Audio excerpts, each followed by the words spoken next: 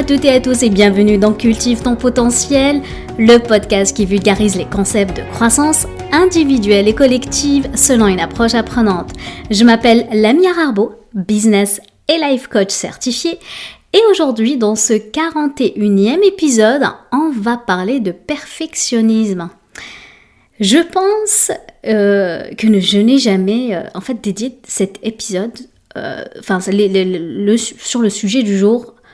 Pourtant, on va pas se le cacher, je tourne autour du sujet depuis le début du podcast. Ok ? On a parlé depuis peu sur le syndrome de l'imposteur. Et je sais pas si tu te rappelles, on a 5 types dans les syndromes d'imposteur.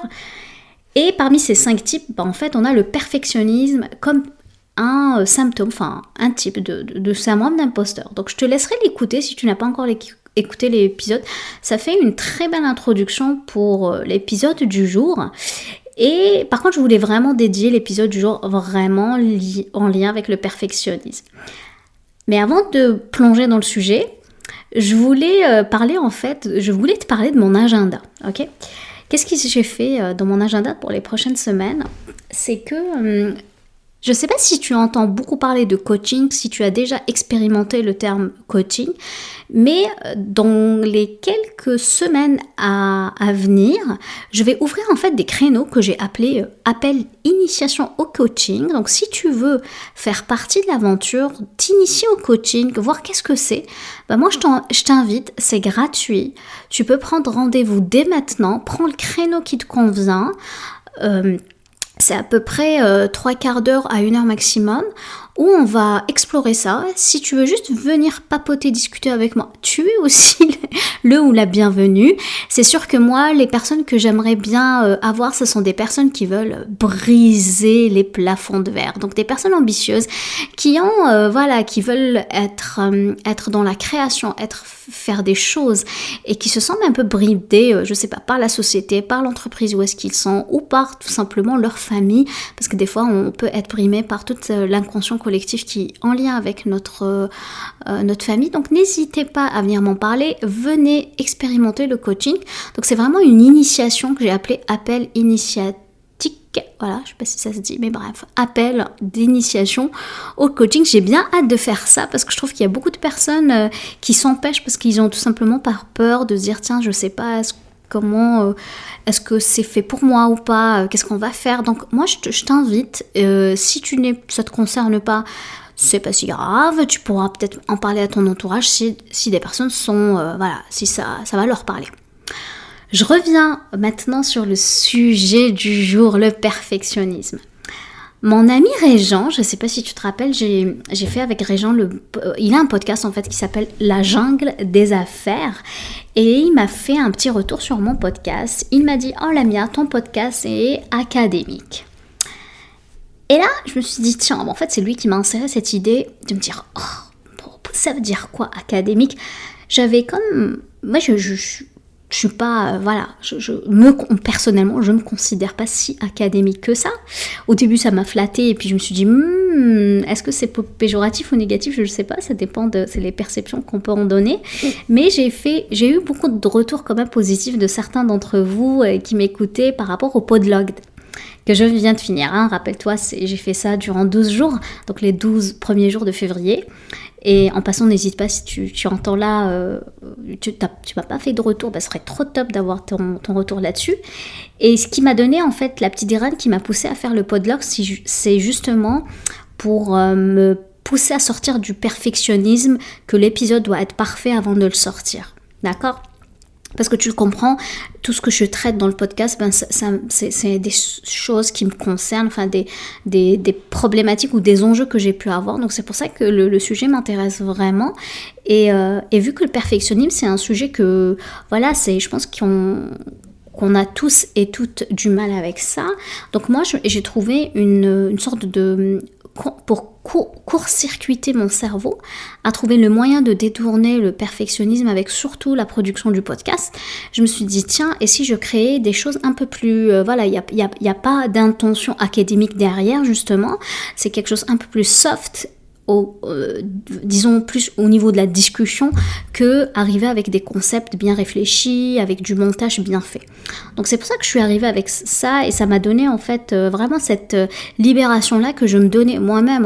La pression, c'était moi, entre moi et moi.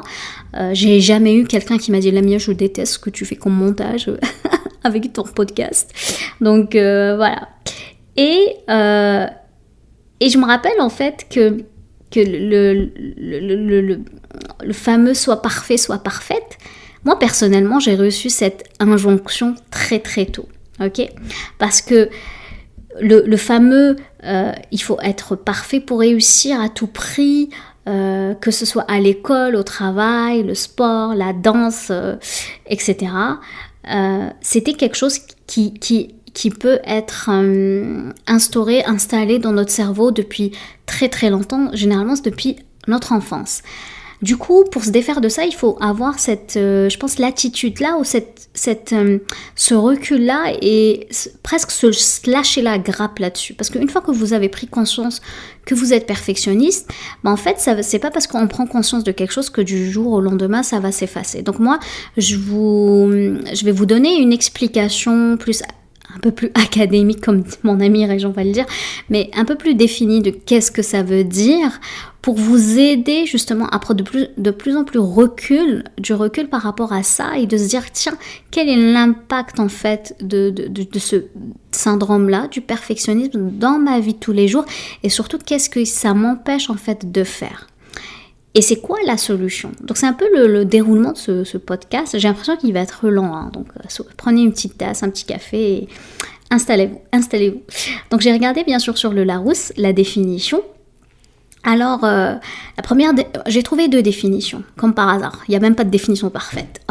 Donc la première définition, c'est que le perfectionnisme, c'est la tendance excessive à rechercher la perfection.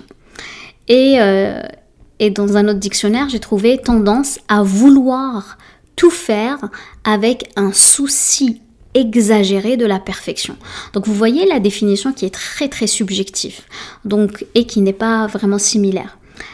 Et vu qu'il n'y a pas de définition parfaite, moi je pense que le perfectionnisme inclut une sorte de désir obstiné, à mon avis, de se conformer à des standards individuels extrêmes. Donc chacun on a ce qu'on appelle des standards, des exigences. Rappelez-vous l'épisode encore, je fais référence à notre épisode, il y a sur le podlog où j'ai parlé plus d'exigences, c'est en lien avec soi.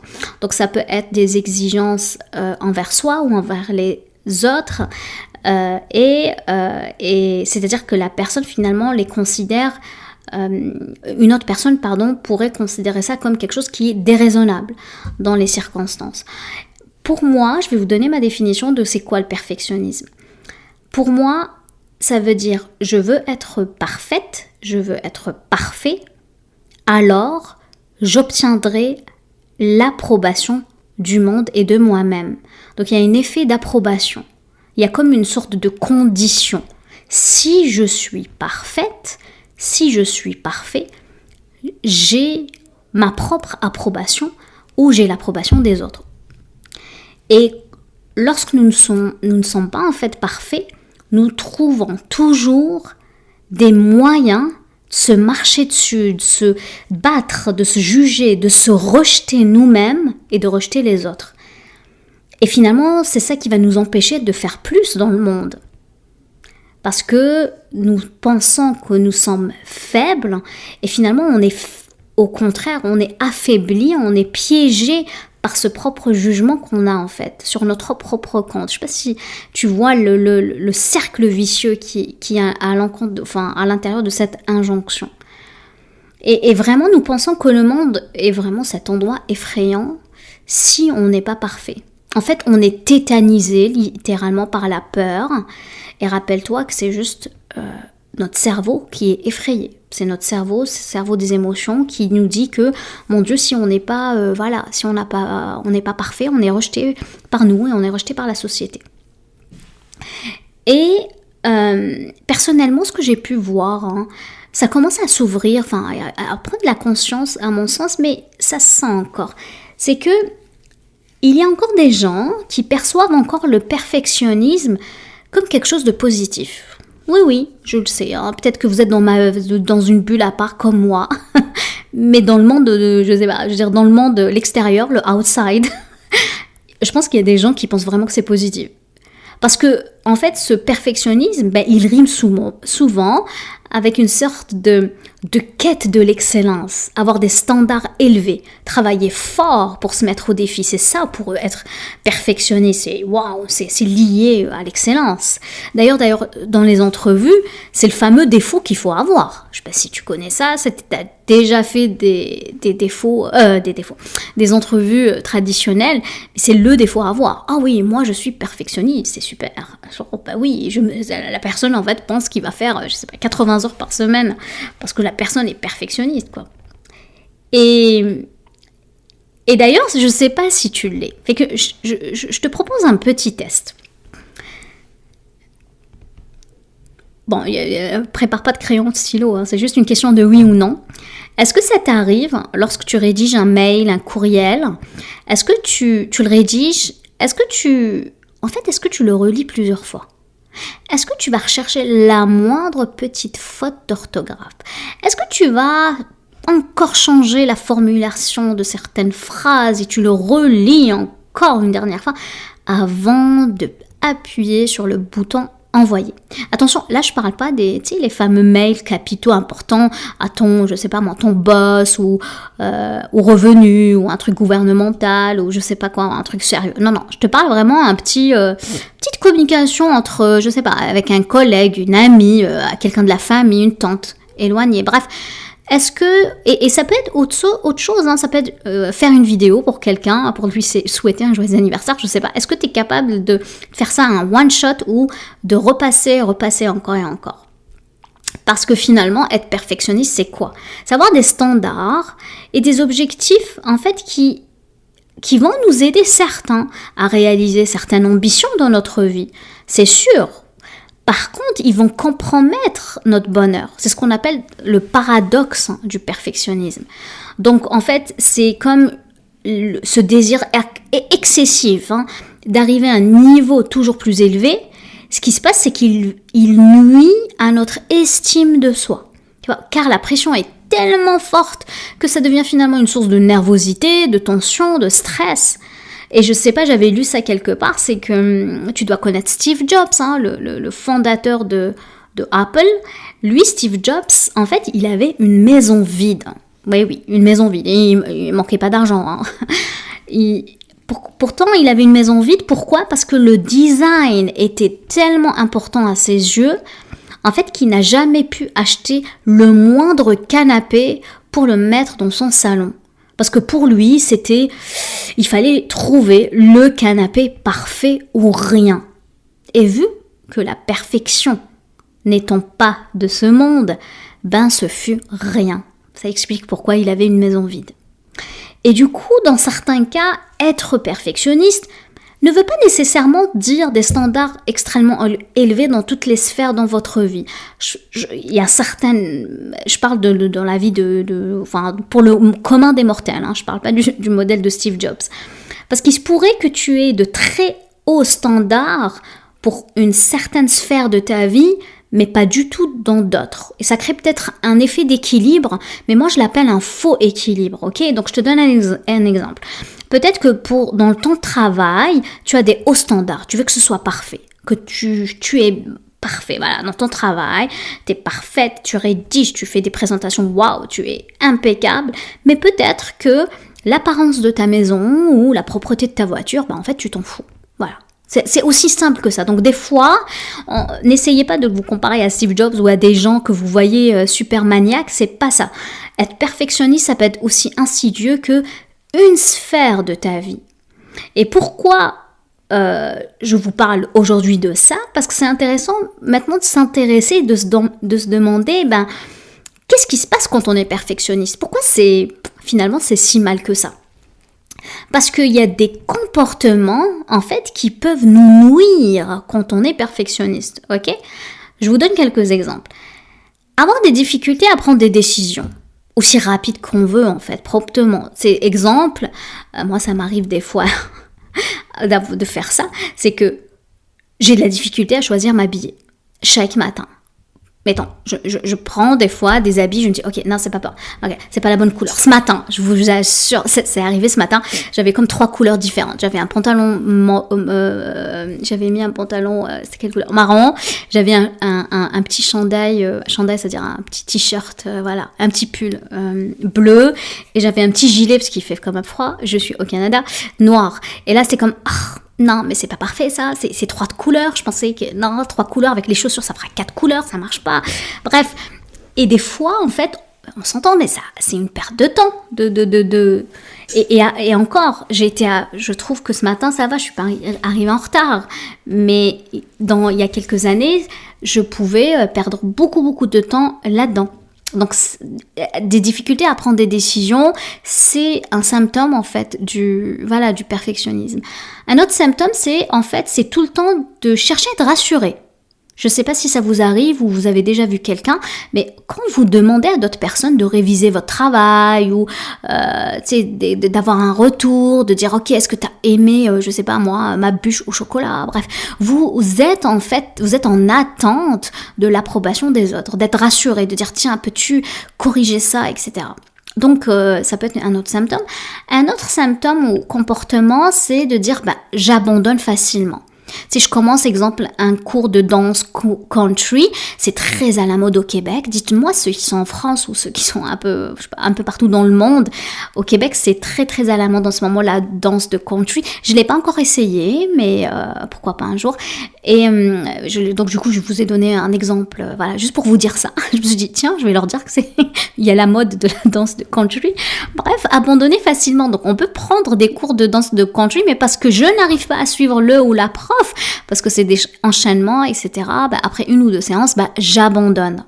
C'est un symptôme de perfectionnisme parce qu'on est face, je l'avais dit dans l'épisode sur l'exigence et sur le syndrome d'imposteur, c'est qu'on n'arrive pas en fait à gérer l'échec. Donc c'est aussi un symptôme de ne pas savoir gérer l'échec. Un autre symptôme, c'est la procrastination. La procrastination, en fait, la cause source de la procrastination, c'est le perfectionnisme. Donc procrastination, c'est remettre à plus tard tout ce qu'on a à faire. Ça peut être, exemple, retarder, travailler sur un rapport à remettre à ma chef, ou ne pas, je procrastine à me lancer, exemple, comme entrepreneur, si j'ai envie de créer quelque chose, procrastiner même des fois à postuler pour un emploi, et par peur de ne pas l'obtenir, on évite finalement des situations où on veut pas échouer. Ce sont des symptômes en fait du perfectionnisme. Donc c'est des comportements finalement qu'on n'a pas envie d'avoir. Et le plus majeur, je dirais aussi, parce que tout ça, si j'avais un tableau en face de toi, je t'aurais fait des cercles comme ça, tous ces symptômes-là, et le nœud de tous ces cercles-là, donc tu imagines une rosace finalement, et le point commun entre tout ça, en fait, c'est que le perfectionnisme peut affaiblir, en fait, l'estime de soi. Et il va provoquer un sentiment d'échec quand tu peux pas te conformer à tes propres standards, qui sont, on va se l'entendre, souvent irréalistes. Du coup, continuer à chercher à atteindre ces standards irréalistes peut avoir un impact vraiment significatif sur notre bien-être, ok ? D'où les sentiments de frustration, d'inquiétude, d'isolation sociale, de dépression, et une impression persistante tout le temps d'avoir échoué. Parce que justement, quelqu'un qui est parfait, il va vouloir tout le temps en fait réussir. Donc il sait pas dealer, il sait pas gérer son échec. Finalement, le perfectionnisme, c'est finalement le sujet de je veux être parfait, parfaite, alors j'obtiendrai l'approbation du monde et de moi-même. Et quand nous ne sommes pas parfaits, nous trouvons toujours des moyens de se battre, de se juger, de s'empêcher en fait de créer le monde qu'on a envie d'avoir.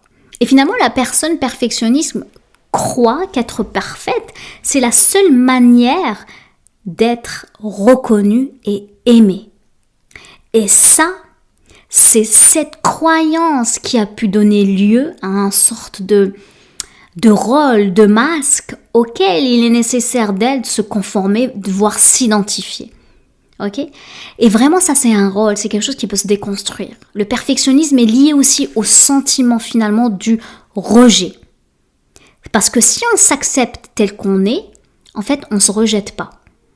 Si on est parfait, c'est qu'on se rejette tant qu'on n'est pas parfait. Je ne sais pas si tu vois le piège. Donc la solution, mes amis, c'est de prendre conscience que ce sentiment de rejet, c'est la conscientisation du perfectionnisme. Et rappelle-toi, à chaque fois que tu t'es senti rejeté, c'est toi qui penses que, enfin, quand tu y penses, en fait, c'est quoi la cause quand tu y penses? C'est juste une pensée. La pensée qui le provoque, c'est juste une... Parce qu'en fait, le sentiment de rejet, quand on parle de se sentir rejeté, c'est juste une émotion, en fait. Le sentiment de se dire « je me suis senti rejeté », c'est une émotion qui vient avec une pensée. Donc l'idée, c'est de se dire « tiens, mais c'est quoi la pensée, en fait, qui t'a fait sentir rejeté ?» Et je reviens avec le lien entre le perfectionnisme et le sentiment de rejet. Tant qu'on ne s'accepte pas tel qu'on est, on aura tout le temps le rejet envers nous et envers les autres. Donc c'est lié au perfectionnisme parce que si on se dit « ok, je vais m'accepter le jour où je vais être parfaite », ben en fait, ça n'arrivera jamais et ça va tout le temps solliciter ce sentiment-là de rejet. Car la peur du rejet vient d'une peur primitive. J'en ai parlé un peu légèrement tout à l'heure, mais ça vient avec notre cerveau primitif. Rappelle-toi, le cerveau primitif, ce que j'appelle le cerveau des émotions, c'est que les perfectionnistes, en fait, ils essayent d'empêcher ce sentiment de rejet. Parce que pour eux, un perfectionniste qui va se sentir rejeté, c'est comme si c'est la fin du monde. C'est comme si, rappelle-toi, le cerveau néandertalien, lui, il est dans une grotte pour lui. S'il est rejeté, donc il est rejeté par la tribu, et quand on est rejeté par la tribu, on va mourir de faim. On va se retrouver à l'extérieur de la grotte, littéralement, et on va mourir de faim, il y aura personne, on n'a pas une tribu qui va nous protéger, donc on meurt de faim, on va être chassé par un ours, etc. C'est aussi, je sais que ça a l'air très sommaire, très vulgarisé, ce que je suis en train de dire, mais en fait c'est aussi simple que ça. Donc ce sentiment-là de rejet, il est vraiment en lien avec notre gestion de la peur, encore et encore, la gestion émotionnelle, mais c'est exactement ça.